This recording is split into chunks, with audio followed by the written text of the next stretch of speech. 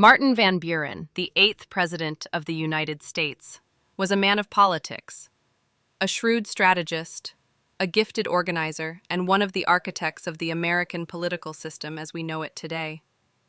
Born on December 5, 1782 in Kinderhook, New York, Van Buren came from humble beginnings.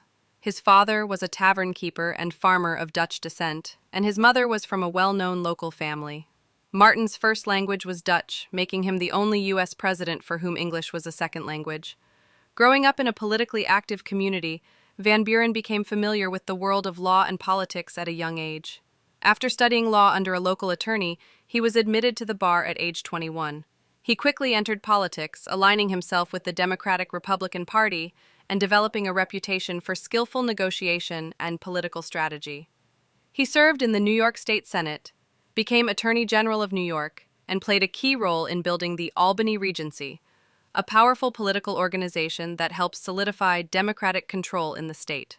Van Buren was not known for powerful oratory, but his real talent lay behind the scenes, organizing, building coalitions, and mastering the machinery of politics.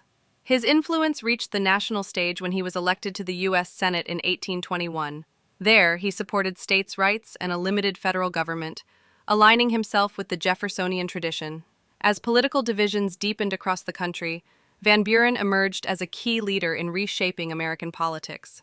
He believed in building a disciplined political party that represented the will of the people, a revolutionary idea at the time. Van Buren became a close ally of Andrew Jackson, the war hero and populist who challenged the political elite. Van Buren helped orchestrate Jackson's presidential campaign in 1828 and became his most trusted advisor. When Jackson won the presidency, Van Buren was rewarded with the position of Secretary of State and later Minister to Great Britain, though his appointment to the latter was famously blocked by the Senate. In 1832, Van Buren became Jackson's running mate and was elected Vice President of the United States. 4 years later, in 1836, he succeeded Jackson as president, defeating a fractured group of Whig opponents. Van Buren became the first president born after American independence and the first not of British ancestry. But his presidency began under ominous circumstances. Just weeks after taking office, the United States plunged into a severe economic downturn known as the Panic of 1837. Banks failed, businesses collapsed, unemployment soared, and poverty spread across the nation. The crisis was triggered by a combination of factors: speculative lending, the collapse of credit from Britain, and Jackson's earlier banking policies, including the destruction of the Second Bank of the United States. Although the panic began under Jackson, Van Buren bore the brunt of the blame. He opposed government intervention in the economy, believing in a hands-off approach that allowed market forces to correct themselves. While he proposed the creation of an independent treasury system to manage federal funds, many Americans felt he wasn't doing enough to alleviate the suffering. His opponents dubbed him Martin Van Ruin, and his popularity plummeted.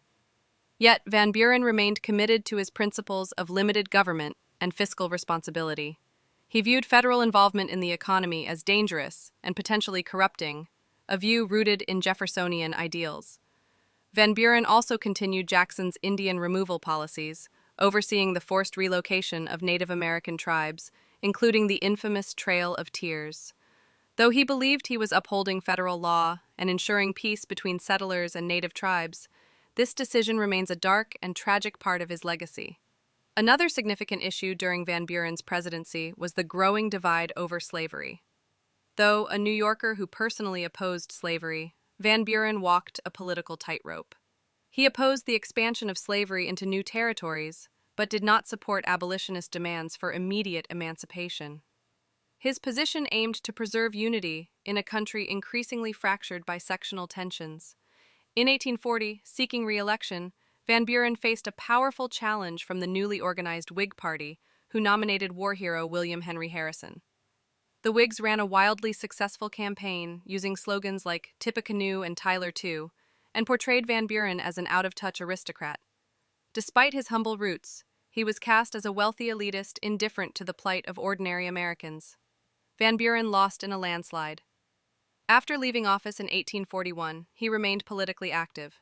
In 1844, he sought the Democratic nomination again, but was defeated by James K. Polk, partly because Van Buren opposed the immediate annexation of Texas.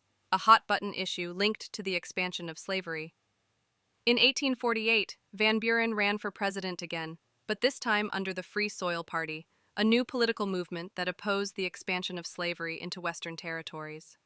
Though he won no electoral votes, his campaign split the Democratic vote and helped Whig candidate Zachary Taylor win the presidency. Van Buren's stand marked a significant break from his past and helped pave the way for the rise of the Republican Party. Over time, Van Buren faded from the political spotlight. He retired to his estate, Lindenwold, in Kinderhook, where he remained a respected elder statesman. He continued to write, travel, and reflect on the evolution of the country he helped shape. On July 24, 1862, Martin Van Buren died at the age of 79. His death occurred in the midst of the Civil War, a conflict driven by the very issues he had tried to balance during his life.